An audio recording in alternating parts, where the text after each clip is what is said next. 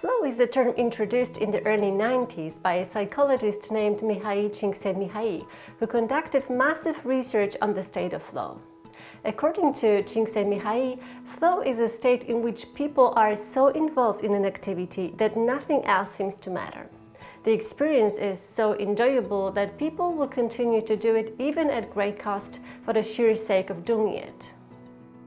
The state of flow is an optimal state of consciousness in which a person performing an activity experiences full involvement, deep level of concentration, a profound joy of doing an activity, and performs at their best. Flow is a very enjoyable state of mind in which we are completely immersed in what we are doing, without having to worry about the results and without being distracted. It's as if the outside world disappears and we are completely focused on the here and now. Flow state is the psychological process underlying peak performance, which is why it is so desirable for musicians, athletes, and other performers. According to research, the state of flow appears at the boundary between anxiety and boredom, so you can't be in either of these states to get into the flow. Flow happens if the level of the task that a person is engaging in is balanced with a person's capacity to act and is adjusted to the level of the challenge. In flow, the task to be done is neither too easy nor too difficult. It is a little above a person's skill level. It's challenging yet not too difficult to accomplish it. Why is that so? Because if a task is too easy, instead of the state of flow, a person will experience boredom. And if the task is too difficult, the person will experience anxiety or even panic. However, if the difficulty level of the task is balanced with the performance abilities and skills, he or she has a chance to enter the flow state.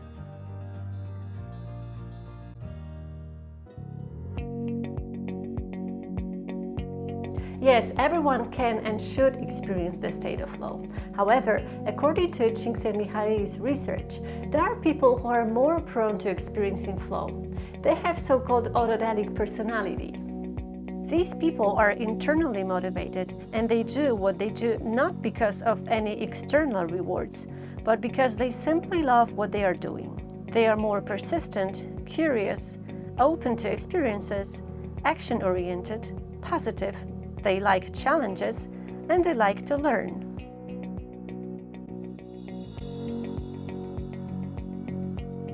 The state of flow can be experienced in almost any activity that has a balance between the difficulty of the challenge and the skills of the individual. Activities that are known to lead to flow state are generally those in which people feel totally involved, don't feel bored or anxious, and are interested in them. However, depending on the domain of life, the flow state might be experienced in different ways and there would be different conditions to reach this optimal state of mind. Let's look at some examples where we can experience the flow state. For actors, flow is a state of immersion in which they can be completely in character, focusing on the role so much that they lose their self-consciousness and feel part of the activity. Depending on the skill level of the performer, he or she may or may not experience flow on stage. For example, a high school performer in a high school performance may experience flow, but at the same time, the same performer may not experience this optimal state of mind in a major feature film if the challenge outmatches their skill and experience level.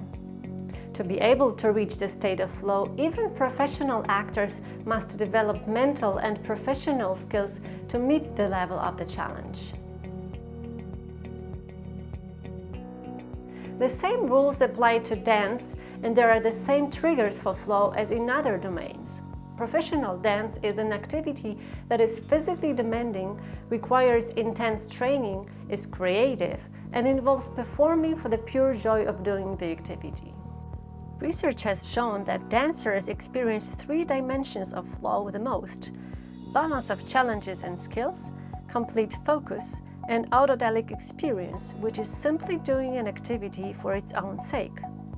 Factors that facilitated or inhibited flow experiences were music and the choreography, their pre-performance routines, level of confidence, relationships with others, their costumes and makeup, and the stage setting. Lastly, we can also experience the state of flow while playing music. Research shows a significant relationship between music and flow experience. Music itself, in its beauty and complexity, can lead to experiencing the state of flow even just by listening to it. The next level is when we actually play a musical instrument and begin to be part of the creative process of shaping the musical interpretation. At this level, we move to another dimension of the state flow, where we can become one with the music and the whole universe. Performing music, acting, or dancing are flow-enhancing activities. A musician can experience the state of flow while practicing, when performing on stage, and even in competition. But depending on a performance situation and the skill level of the performer, there will be different conditions and triggers to get into flow.